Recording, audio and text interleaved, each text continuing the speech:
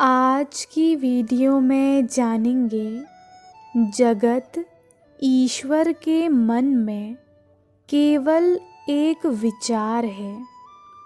वास्तव में भारत और यहाँ अमेरिका के बीच कोई दूरी नहीं है, परंतु हम अमेरिका में बैठकर सोचते हैं कि हमें भारत पहुँचने के लिए समुद्री जहाज़ से 25 दिन लगेंगे। भौतिक चेतना के अनुसार इतनी दूरी तय करने के लिए समय की आवश्यकता है, लेकिन ऊर्जा दूरी को कम कर देती है।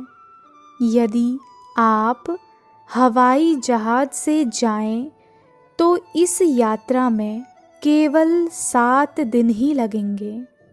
हवाई उड़ान की ऊर्जा के बढ़ने से दूरी कम हो गई। जितना अधिक ऊर्जा होगी, उतनी ही दूरी कम होगी। मान लें कि आप निद्रा में स्वप्न देख रहे हैं कि आप अमेरिका से भारत जा रहे हैं। न्यूयॉर्क तक के लिए आप रेलगाड़ी से जाते हैं, फिर पानी के जहाज़ से विभिन्न बंदरगाहों पर रुकते रुकते अंत में मुंबई पहुंचते हैं। स्वप्न में यह सब कुछ मिनटों में ही हो जाता है, क्योंकि विचारों में कोई दूरी नहीं होती। या मान लो मैं स्वप्न देख रहा हूँ कि मैं रेडियो से भारत का कोई स्टेशन मिला रहा हूँ। यहाँ कोई दूरी नहीं है। यह सब मेरे मस्तिष्क के विचार हैं। संपूर्ण विश्व का अस्तित्व केवल विचार में ही है। ऐसी है मन की शक्ति। दूरी मन की एक धारणा है।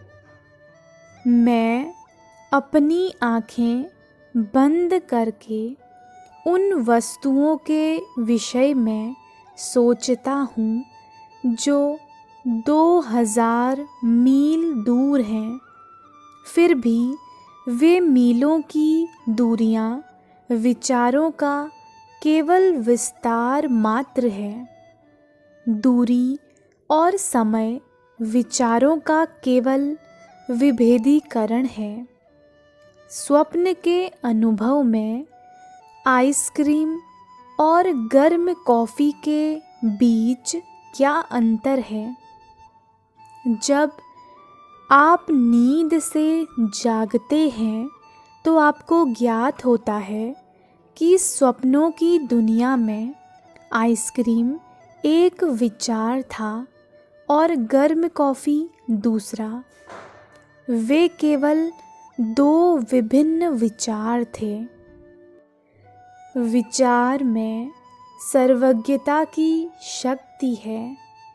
जिस प्रकार के विचार की मैं बात कर रहा हूँ, वह ईश्वर का विचार है। जिस प्रकार ईश्वर अपने विचार के द्वारा सर्वव्यापी हैं, उसी प्रकार हम भी हैं। क्या हम रेडियो के द्वारा अमेरिका और भारत के विचारों को पहले से ही नहीं जोड़ रहे हैं? इसमें कोई दूरी नहीं है। जब आप कोई रेडियो स्टेशन मिलाने का प्रयास करते हैं, तो प्रायः गतिहीनता आ जाती है। जो कार्यक्रम आप सुनना चाहते हैं, उसमें विघ्न आ जाता है। उसी प्रकार जब आप अपने हृदय में कोई व्यक्तिगत रूपांतरण करने का प्रयास करते हैं, तो रूपांतरण में गतिहीनता आपकी प्रगति में बाधा डाल सकती है। यह गतिहीनता आपकी बुरी आदतें हैं